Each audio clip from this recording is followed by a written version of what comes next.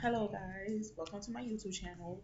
Um, Let me start off by saying my name. My name is Ashley. I'm 21 and I live in the New York City area, the Bronx to be exact.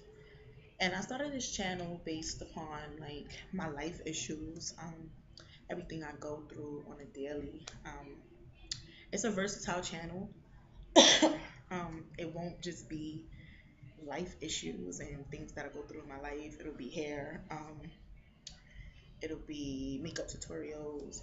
It'll be different things. So I started the channel basically about my daily life issues, um, and also as an outlet for people to come to me or to comment and go anonymous and basically tell me what you're going through. You don't have to give me a name. You don't have to tell me anything about you. You could just tell me what you're going through, and I can give you my simple advice about it. Um, so with that being said, I hope everybody enjoys the channel. Like, comment, and subscribe to the channel, and let's get started. So lately, well, let me do a little bit of my backstory.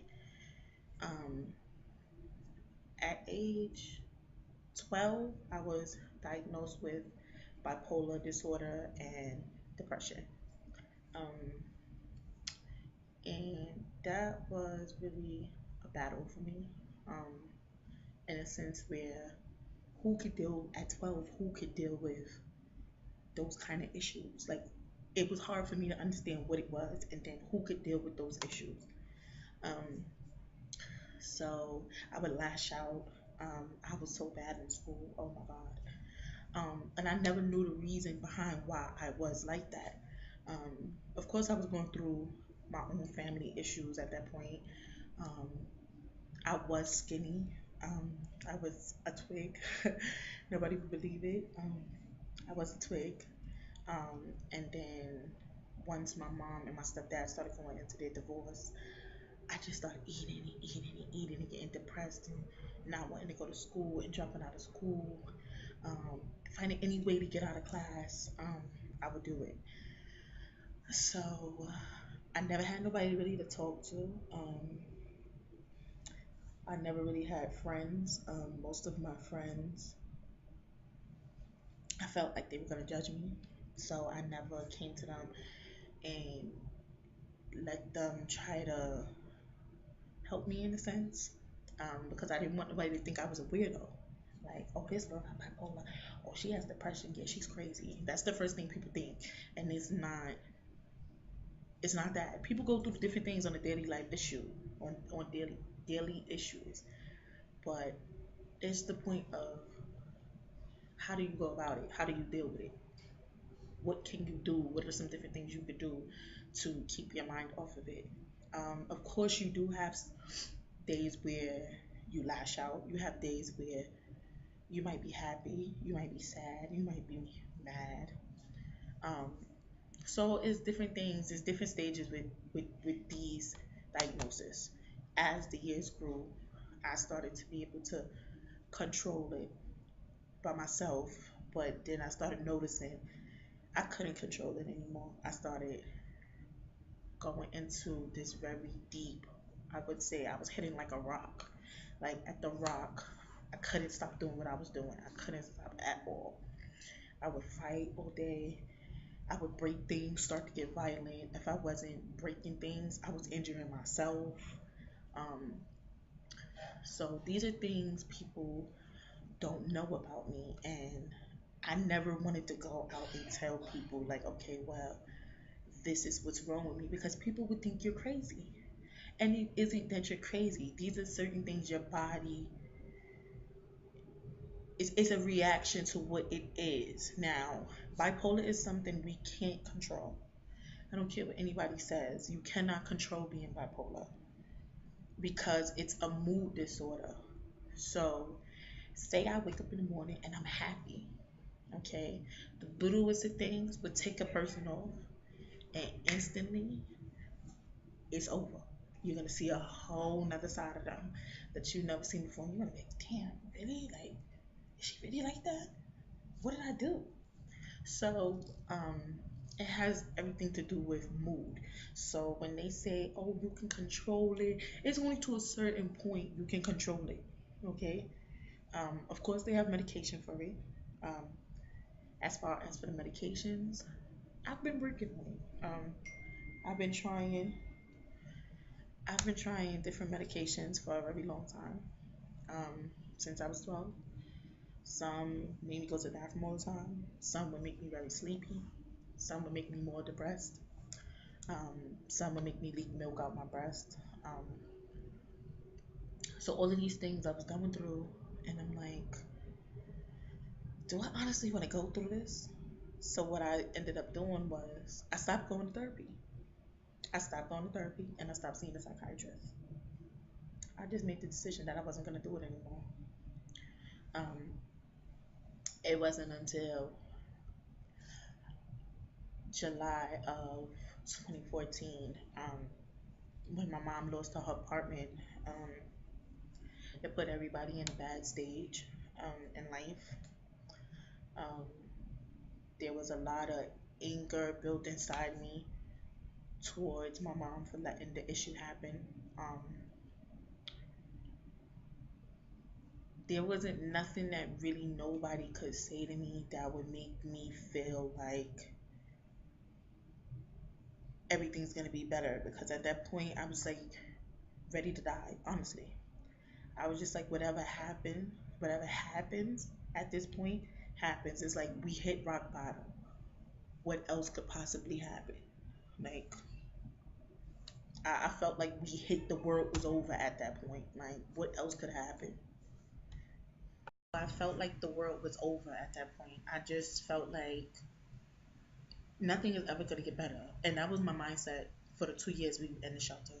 Nothing is ever gonna get better. Nothing is ever gonna get better. Nothing is ever gonna get better. Um, so long story short, I ended up leaving the shelter a year in, and I stayed with my older sister, from my dad's side,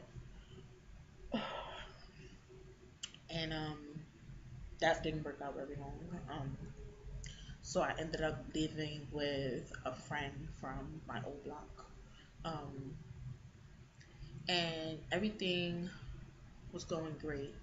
Um, we didn't, when I left her house, we didn't end on good terms really. But what I can say, and I want to thank her for, is the things she's helped me with. Because me on my own, I would have never thought about doing it ever. Um, Honestly, I started to get in a real bad space. I never was the type to drink or smoke. I smoked and I drank for a whole year. Um, and you ever notice something about yourself, and you keep continuously doing something, doing it, and doing it, and then you notice and you sit there and you say to yourself, this is not me. This is really not me. What are you doing? Like, is this the new you? Is this what you want to become? And I had to say to myself, no, this is not what I want to do. This is not me. I don't sit here and smoke weed. I don't sit here and take drinks like that. You get what I'm saying? Um, so that was one of the bad things that I noticed that from throughout myself that I was doing, and I put it into it. Um, I'm sorry, guys. This is one of my exes. I don't want to do it right now. But one of the good things she has done for me, was gave me a roof over my head. And no matter what we go through, I could never say, well, you know what, you never did nothing for me, because I'd be lying. You did do something for me. You gave me a roof over my head when I had nowhere else to go. Nowhere else to go. Nobody to turn to. Once I left the shelter, it was no coming back. So it was either fend for yourself or be in the shelter on your own. That was basically the pros and the cons to it. And that really wasn't even a pro or a con. Well, it was a con, but not a pro.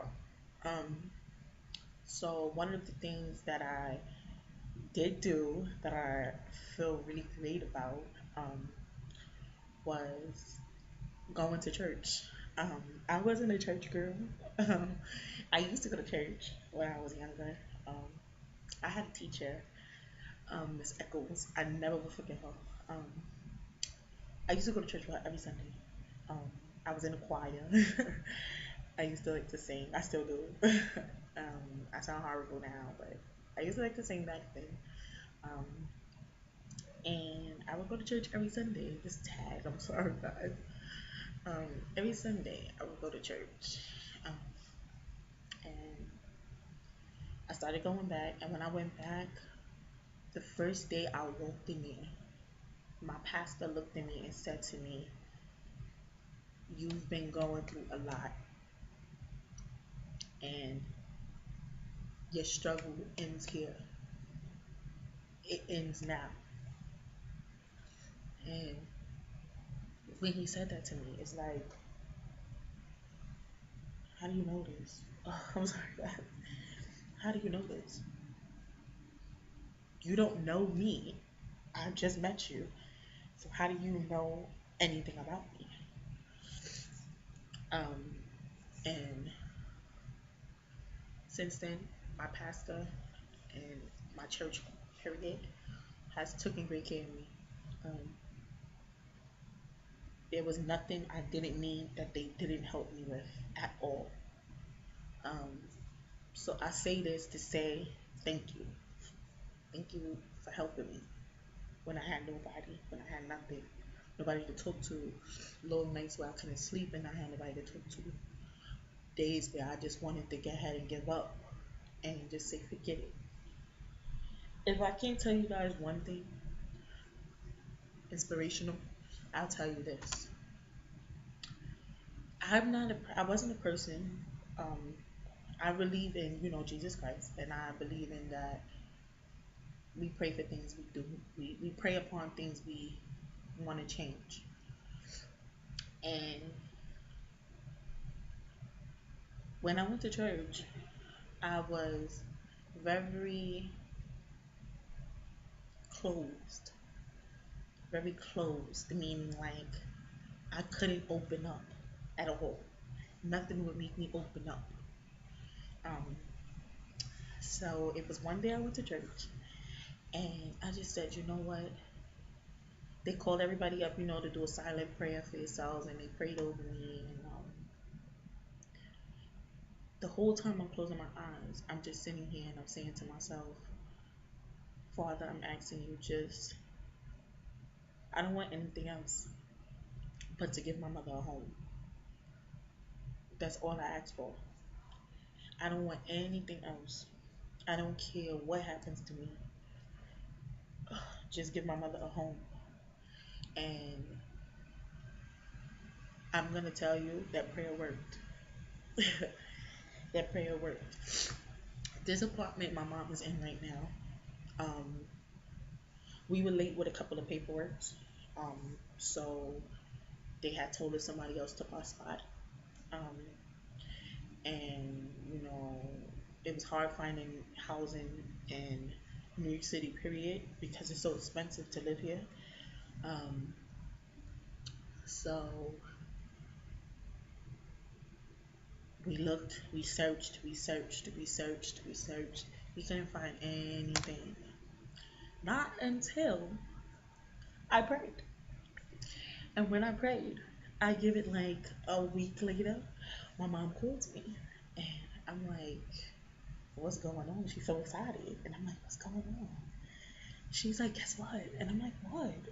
She like, we got the apartment we was looking for. Remember the apartment we went for a couple months ago? And I'm like, yeah. She's like, we got it. We move in June. I'm like, so I'm so excited because I'm like, okay, I could go back with my mom. I could go and do my own thing. I don't have to be worried about none of this. I don't have to be stressed out no more. So I'm so ecstatic. Like I'm so happy. And that showed me right there, God is a good God and He works miracles. Don't ever doubt that He ain't working on you. He might not work right away, but He don't let His children down. Trust you me. He don't let us down. So um, at that point, I was so happy, like so happy. And that wasn't the only thing she helped me with, but that was one of the major things she's helped me with. She helped me to get a job while I was there. I was working crazy hours, but I did work. Um, so there's many things she's helped me with. She was just an inspirational person, period. And I gotta thank her for that. Um, so now looking back, when I feel like I don't have people to talk to, I do have people to talk to. It's just about me opening up to them and wanting to talk to them and wanting to do things to make me happy. I've learned now, standing at 21, when am I going to make myself happy? When am I going to be able to say, hey, Ashley, it's okay to smile. Hey, Ashley, it's okay to laugh. Hey, Ashley, it's okay to be you. That's all I want, is to be myself. And I feel like I've been myself, but trapped behind walls and upon walls upon walls. Now I feel like I'm breaking through the walls. I feel like I'm free. And that was one of my main reasons for getting this channeled, was to let people know it's okay to go through things. It is okay. We all go through things, but we get through it too. God gives his strongest battles to his strongest soldiers. And I feel like I'm one of those soldiers because I went through a lot, but I'm still here. I'm perfectly fine. So, with that being said, there's nothing you guys can't come to me and talk to me about. I'm always going to be a listener, an ear for anybody, um, an eye opener. Um, I'm a very friendly person, so you can come to me about anything. As I was saying, um, it's okay to do you, be you. Um, and I realized that in the long run of life, it sucks that I learned it at 21, but I'm still young. I have time to learn more and experience more. Um, so, with that being said, I want to thank you guys for your time, for listening to me. This is just a smidget of my life. This is just a little warm up, basically, to tell you about my past and start to work on certain things um, as I go along. I know I'm not alone. Um, I know if I can't speak to family or friends, I could come here and I could talk to you guys, and you guys could help me as much as I could help you. You never know what a person is going through. They may smile, and you will smile on their face all the time and crack jokes like me, but you never know what they're going through. Um, and that's the bad part about it. A person could smile and a person could laugh, and it would seem so normal, and they're really not. On the inside, it's like their heart is like this, like shattered, like. So, with that being said, again, I want to thank you guys for your time. Don't forget to like, comment, and subscribe. Um, don't be scared to introduce you guys. I want to know about you guys. You can follow me on Snapchat. My Snapchat is Oh Hey Monet. I'll put it in the bottom of this video. You can follow me on Twitter. It's Ashley Monet, um, 3 underscores. My Instagram is Ashley Monet, 3 underscores. And my Facebook is Ashley Monet, no underscores. Thanks again. Have a good night, guys.